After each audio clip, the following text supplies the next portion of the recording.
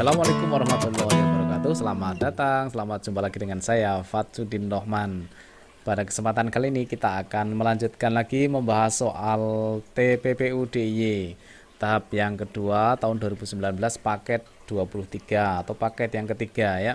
Jadi ini adalah soal prediksi ujian nasional matematika yang akan datang. Soal ini sudah sesuai dengan kisi-kisi terbaru tahun 2019 ya.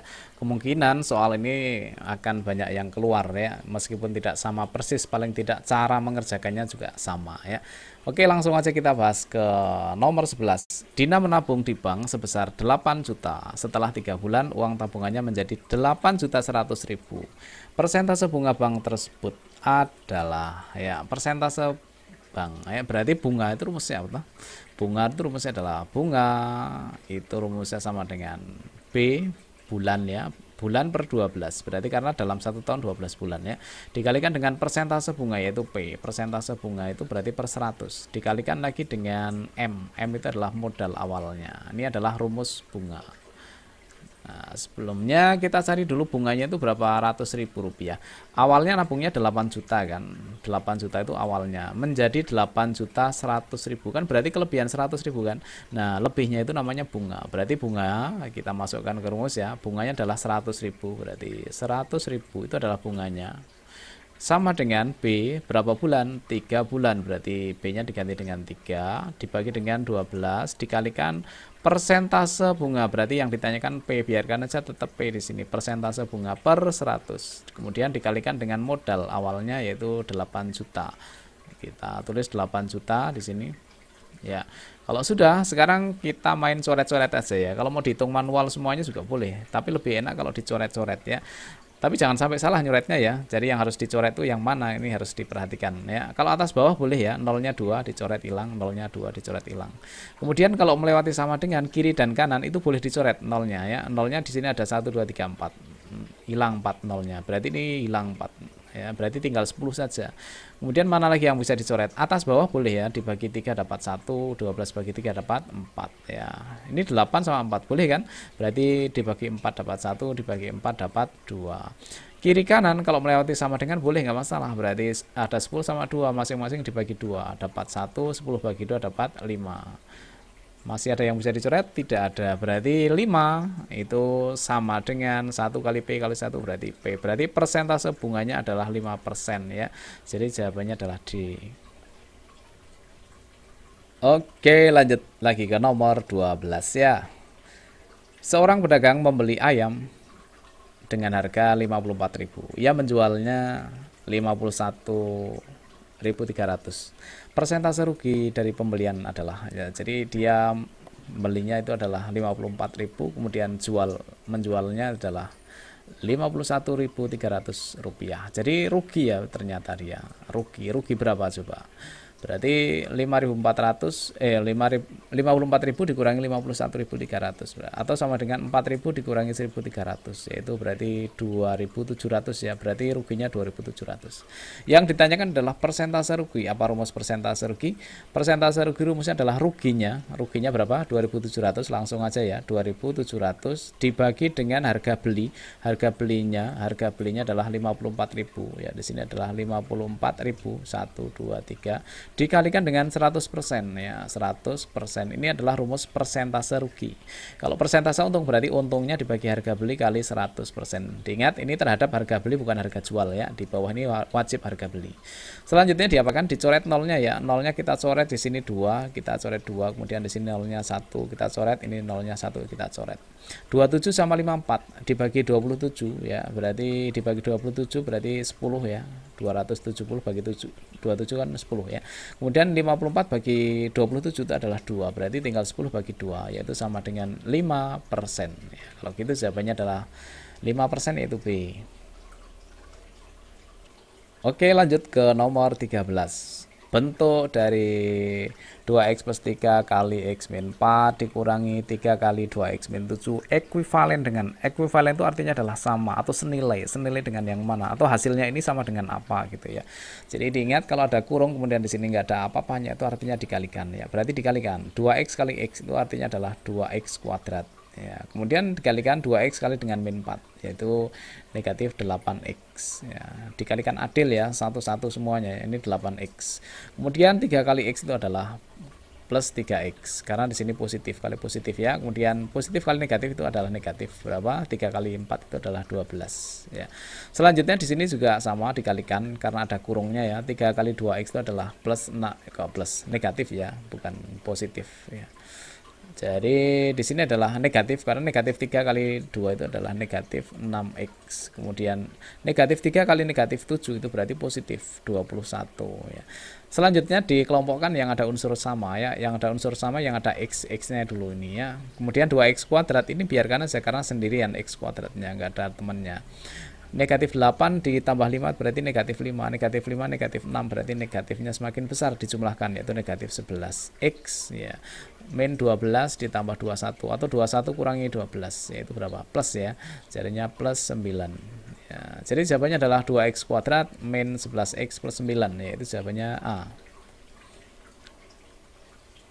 Ya, masih membahas soal TPPU DIY tahap yang kedua tahun 2019 paket 23 ya.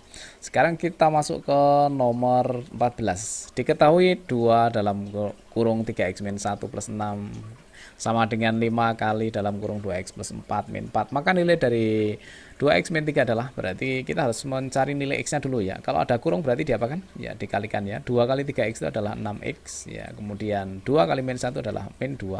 Kemudian ditambah dengan 6 sendirian sama dengan 5 kali 2x itu adalah 10x. 5 kali plus 4 itu berarti plus 20, kemudian dikurangi dengan 4. Nah, sekarang yang ada x-nya dikelompokkan ya, atau ya, ini aja dulu 6x, kemudian min 2 tambah 6 itu berarti plus 4 ya. Di sini ada 10x, kemudian plus 16 ya. 20 kurangi 4 kan 16. Nah, pindah ruas ya, pindah ruas. Di sini ada 6x, di sini 10x. Yang saya pindah adalah 6-nya aja. 10 kurangi 6 berarti 4x ya, 4x. Kemudian 16 kalau pindah jadinya min 16. Min 16 plus 4 berarti min 12 ya kan? Berarti x sama dengan min 12 bagi 4 adalah min 3. Itu adalah nilai x-nya. Kalau jawabannya C itu berarti salah ya. Kenapa? Karena belum ditanyakan. Yang ditanyakan itu adalah ini ya. Berarti sama dengan 2 kali x-nya diganti dengan min 3. 2 kali min 3 dikurangi 3, berarti 2 kali min 3 itu adalah min 6 ya. Ini kalau dikalikan min 6, kemudian min 3 berarti negatif-negatif, bukan berarti positif ya. Ya, jadi negatifnya semakin besar, yaitu jadinya negatif 9. Jadi jawabannya adalah D. Lanjut ke nomor 15. Perhatikan gambar ya, jajar genjang. Luas ABCD tidak lebih dari 45 cm persegi. Nilai X bilangan bulat yang memenuhi adalah. Luas ABCD, karena ini adalah jajar genjang, maka luas jajar genjang itu adalah alas kali tinggi ya. Jadi alas kali tinggi, alasnya itu adalah AB atau sama dengan DC ya, berarti alasnya juga sama dengan 2x min 1. Ini adalah alasnya. Tingginya tingginya adalah 3. Berarti di sini aja ya. Luas itu adalah alas kali tinggi, berarti alasnya itu adalah 2x min 1 dikalikan dengan tingginya adalah 3, berarti dikali 3 itu tidak lebih dari, berarti ya kurang dari sama dengan ya. Jadi kurang dari sama dengan, jadi ada garis bawahnya ya, 45. Nah, ini artinya tidak lebih dari itu adalah seperti ini penulisannya. Kemudian dikalikan ya, 2x kali 3 itu berarti adalah 6x, kemudian min 1 kali 3 itu adalah min 3, kurang dari sama dengan 45. Berarti 6x itu kurang dari sama dengan min 3, kalau pindah jadinya plus 3 tambah 45 berarti 48 ya. Kalau gitu x-nya sama dengan 48 bagi 6, yaitu 8 ya. Jadi x-nya yang benar adalah 8 ke bawah ya. Jadi kalau dalam garis bilangan itu berarti 8-nya ikut karena ada garis bawahnya ya. Berarti 8 ikut, berarti 8, 7 seterusnya sampai ke bawah. Tapi yang mana? Berarti kalau yang ini salah ya, kan ada 9-nya berarti salah, ada 9 berarti salah. Di antara A atau C. Nah, sekarang kita cek. Yang A itu ada 0, yang C itu tidak ada 0-nya. Sekarang kita cek 0-nya. 0-nya kalau dimasukkan ke sini nanti 2 kali 0 itu nanti hasilnya adalah 0. 0 dikurangi 1 berarti hasilnya min 1. Jadi min 1 cm. Gimana? Kalau ada panjang kok nilainya negatif itu pasti salah, sudah jelas salah ya. Jadi kalau panjang itu nggak boleh negatif. Maka ketika di sini x-nya diganti 0, hasilnya negatif, maka tidak mungkin panjang itu negatif. Jadi yang ada nolnya ini jelas salah ya. Jadi tidak mungkin. Kalau satu gimana? Ya, satu. Kita cek di sini 2 kali 1 itu adalah 2. 2 kurangi 1 1. 1 cm. Iya, bisa jadi kan 1 cm kan boleh ya. Kalau negatif 1 cm itu ya nggak boleh karena panjang itu nggak ada negatif. Jadi jawabannya adalah yang benar adalah 8765431 sampai 1 tidak sampai 0 ya. Berarti jawabannya adalah C. Ya, lanjut lagi ke nomor 16. Ya, diketahui A itu adalah X di mana X-nya itu mulai dari 3 sampai kurang dari 7 dan X-nya bilangan bulat. B-nya adalah himpunan faktor dari 6. Banyak himpunan bagian dari A gabung B yang memiliki 4 anggota adalah, maka yang pertama yang harus kita lakukan adalah mendata anggotanya, menulis anggotanya satu persatu ya. Jadi mendata anggota. Ini yang penting di sini. X-nya itu karena ada garis bawah berarti 3-nya ikut ya. Berarti dari 3 sampai kurang dari 7 itu berapa saja angkanya yang bilangan bulat. Berarti 3, kemudian 4, 5, 6. Hanya sampai 6 ya, 7-nya tidak ikut karena nggak ada garis bawahnya. Kemudian yang selanjutnya yang B itu adalah himpunan faktor dari 6. Faktor dari 6 ya, faktor dari 6 itu berapa saja? Faktor dari 6 itu berarti 1, kemudian 2, 3, 6 ya. Jadi angka-angka yang bisa untuk membagi 6 ya. 1 bisa, 6 bagi 1 bisa, 6 bagi 2 bisa, 6 bagi 3 bisa, 6 bagi 6 juga bisa kan. Berarti faktor dari 6 itu adalah 1, 2, 3, 6. Selanjutnya yang ditanyakan adalah himpunan bagian dari A gabung B. Berarti kita harus cari dulu A gabung B-nya dulu. A gabung B ini digabungkan ya. Jadinya kalau A gabung B itu berarti sama dengan ya ditulis semuanya ya. Berarti dari 1 kemudian berapa? 2, 3, 4, 5, 6. Ada 6 anggota. Berarti di sini adalah N-nya atau banyaknya anggota itu ada 6 ya. 1, 2, 3, 4, 5, 6. Selanjutnya yang ditanyakan adalah himpunan bagian. Kalau ada himpunan bagian yang memiliki 4 anggota itu berarti boleh menggunakan segitiga Pascal ya. Harusnya menggunakan segitiga Pascal. Tapi saya tidak akan menggunakan segitiga Pascal. Saya akan menggunakan cara cepatnya aja ya. Cara cepatnya begini ya. Karena di sini yang ditanyakan gabungannya ini ya. Himpunan bagian dari yang ditanyakan ini adalah gabungan berarti jumlah seluruhnya 6. Maka di sini jadinya adalah 6 kali 5 kali 4 kali 3 kali 2 kali 1 ya. Kalau misalkan banyaknya di sini ada 7 berarti 7 6 5 4 3 2 1 menyesuaikan dengan yang ada di sini ya. Kemudian dibagi dengan memiliki berapa anggota? Di sini 4 anggota. Berarti jadinya adalah 4 kali 3 kali 2 kali 1. Kemudian jangan lupa dikalikan dengan selisihnya ya. Selisih ya. 6 kurangi 4 itu 2, berarti selisihnya adalah 2, berarti dikalikan dengan 2, 2 kali 1. Kalau selisihnya 3 berarti 3, 2, 1. Semuanya masing-masing dikalikan menurun sampai terakhir 1 ya, jangan lupa. Kemudian diapakan? Ini dicoret ya, karena perkalian 4, 3, 2, 1, 4, 3, 2, 1 kita coret ya. Dibagi 2, 1, 6 bagi 2 dapat 3. Tinggal 3 sama 5, 3 kali 5 itu sama dengan berapa? 15 ya, kalau gitu jawabannya adalah yang B. Lanjut ke nomor 17, soal tentang apa ya? Kita baca dulu. Sebuah puskesmas sedang merawat pasien sebanyak 35 orang. Kemudian 21 orang menderita penyakit diare. Kemudian 15 orang menderita penyakit demam berdarah. Dan 8 orang menderita penyakit lainnya. Berarti tidak keduanya itu ya. Banyak pasien penderita penyakit diare dan demam berdarah adalah, oh berarti ini soal tentang himpunan ya. Kalau himpunan, kalau mau mudah buatlah diagram Venn-nya saja ya. Kemudian nggak usah pakai rumus ya. Jadi nalar di logika saja. Yang pertama ini adalah 35 orang itu seluruhnya. Berarti 35 itu adalah semestanya 35. Kemudian yang diare saya singkat dengan D saja, yaitu ada 21 anak ya. Kemudian 21 orang ya, bukan anak. Kemudian 15 orang menderita penyakit demam berdarah, saya singkat dengan DB, demam berdarah. Itu ada 15 anak. Kemudian 8 orang ini menderita penyakit lain, berarti bukan keduanya, berarti di luar ya, 8 itu di luar. Yang ditanyakan adalah banyak pasien penderita penyakit diare dan demam berdarah, berarti yang tengah-tengah sini yang ditanyakan ya. Kalau yang tengah-tengah yang ditanyakan berarti konsepnya, caranya yaitu adalah yang luar ini semuanya dijumlahkan, yang berada di luar lingkaran semuanya dijumlahkan, kecuali ini ya, ini jangan biarkan aja. Jadinya adalah 21 kemudian ditambah dengan 15 ditambah dengan 8, dijumlahkan dulu, berarti 1 tambah 5 6 tambah 8 berarti 14, simpan 1 berarti 4 ya. Ternyata 44, padahal jumlah orang seluruhnya ada 35, ternyata kok lebih dari 35, berarti kan kelebihan ini.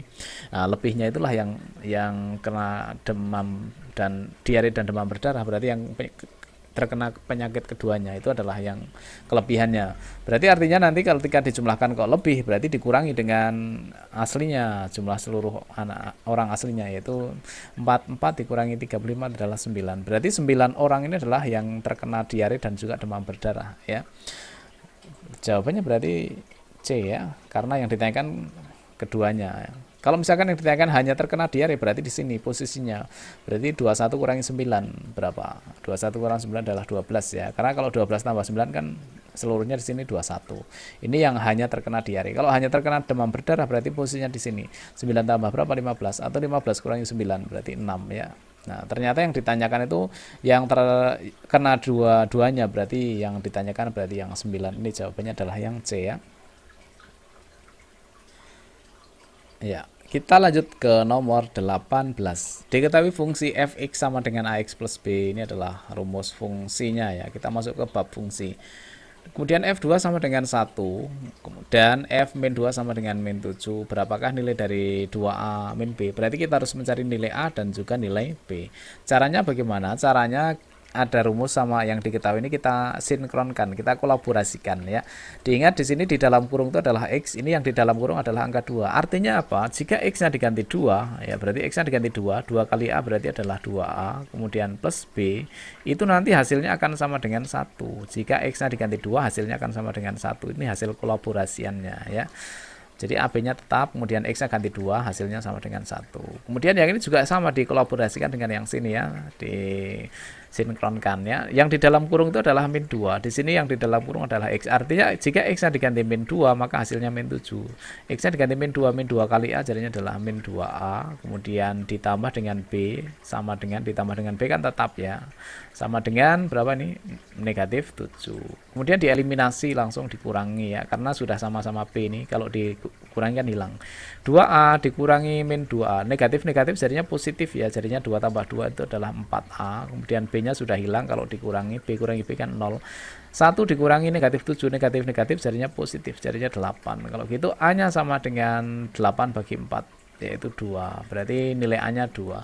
Kalau A-nya 2 berarti B-nya berapa? Kita masukkan ke persamaan yang atas ya. Bukan XA ya, berarti 2 kali A-nya diganti angka 2, berarti 2 kali 2 ditambah B sama dengan 1. Kalau gitu B-nya sama dengan 1, 2 kali 2 itu berapa? 4 ya, berarti kalau pindah jadinya min 4. Kalau gitu B-nya sama dengan 1 kurangi 4 adalah min 3. Nah, yang ditanyakan bukan A dan B saja, tapi ini hasil dari 2A min B. 2 kali A-nya adalah 2, berarti 2 kali 2 dikurangi B-nya adalah min 3, berarti 2 kali 2 itu 4, negatif-negatif jadinya positif ya, positif 3 jadinya 4 tambah 3 adalah 7 ya. Kalau gitu jawabannya adalah yang A ya. Sekarang kita masuk ke nomor 19 ya, soal fungsi lagi, masih tentang fungsi. Diketahui fungsi f dalam kurung 2x min 1 sama dengan 2x plus 1, nilai dari f dalam kurung 3 adalah. Nah, sekarang kita lihat ya, kalau mau dicari dengan cara pemisalan juga boleh ya. Tapi saya akan langsung berikan cara cepatnya aja ya. Yang ditanyakan F3 sama dengan langsung F3 ya. Sekarang dilihat antara yang diketahui, rumus yang diketahui dengan yang mau ditanyakan ini kan ada samanya, ada miripnya ya, sama-sama ada F-nya, sama-sama ada kurung buka, ada kurung tutupnya ya kan. Ya. Yang beda hanya isinya kan. Ini isinya 3, ini isinya adalah apa? 2x min 1. Berarti harus disamakan dulu, langkah pertama disamakan dulu. Terus kita cek ya. 2x min 1 nilainya sama dengan berapa? 3 ya. 2x min 1 sama dengan 3. Kemudian ini harus disamakan dulu. Kita cari x-nya. Berarti 2x sama dengan negatif 1 kalau pindah jadinya plus 1 kan.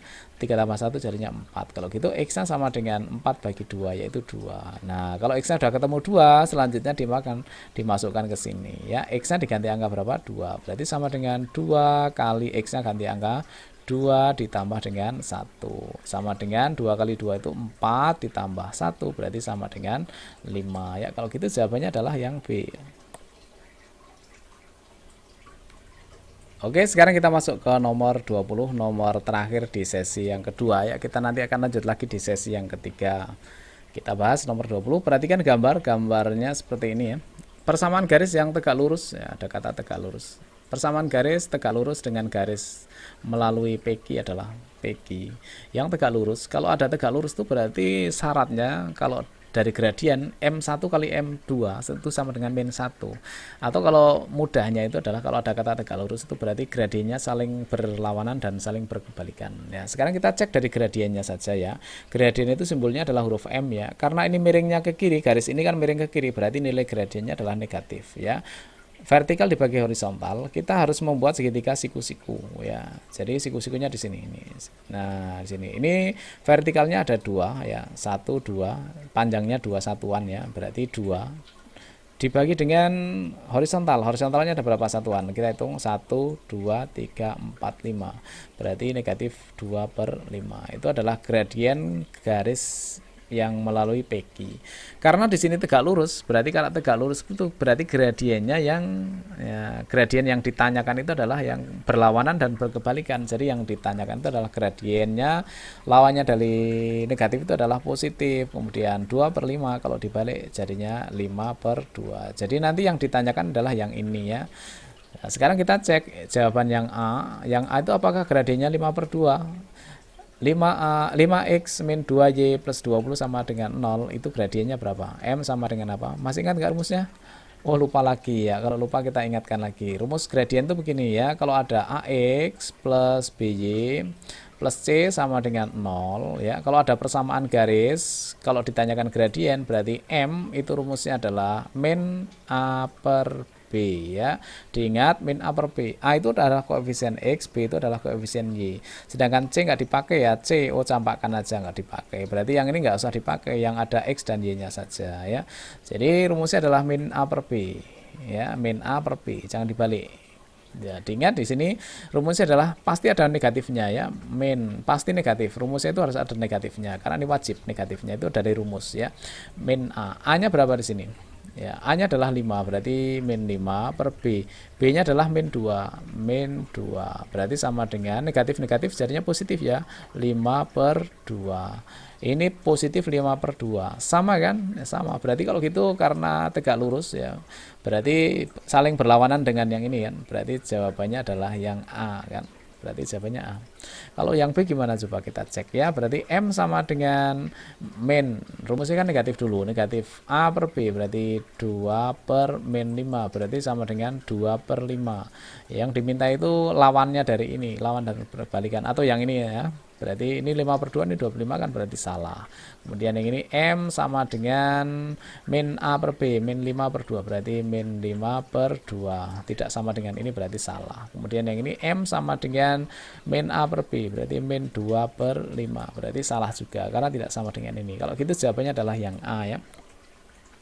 Ya, demikian pembahasan untuk soal prediksi ujian nasional yang saya ambil dari TPPU DI tahap yang kedua. Ini sudah sesuai dengan kisi-kisi ujian nasional terbaru tahun 2019. Maka soal-soal ini wajib dikuasai ya. Kalau misalkan keluar nanti kalian tidak rugi. Kalaupun misalkan tidak keluar ya kalian juga tidak rugi karena kalian juga dapat ilmu yang bermanfaat. Karena soal-soal ini nantinya ke SMA nanti kalian akan tetap dipakai lagi ya. Oke, untuk yang kalian mau masuk ke SMA ya, silahkan nanti masuk ke An Academy. Saya sudah menjadi pengajar di An Academy. Di An Academy nanti saya akan bahas soal-soal SMA ya, mulai dari soal UN sampai dengan soal SBMPTN masuk ke perguruan tinggi negeri. Ya, silahkan kalian download kemudian kalian masuk login kemudian dipelajari soal-soalnya di sana sangat banyak sekali ya, model soal, ringkasan materi dan juga soal-soal. Soal bisa di-download, kemudian videonya juga bisa di-download. Silahkan nanti disimpan dan bisa dilihat secara offline, jadi tidak memerlukan data lagi. Ketika membuka kemudian langsung saja download, kemudian nanti bisa dilihat sewaktu-waktu meskipun tidak punya paket data, atau misalkan kita offline juga nggak masalah ya. Oke, sekian dari saya, mudah-mudahan bermanfaat ya. Saya doakan mudah-mudahan besok kalian lulus UNBK, bisa mendapatkan nilai yang bagus, matematika dapat nilai 100 ya. Amin, Allahumma amin ya. Assalamualaikum warahmatullahi wabarakatuh.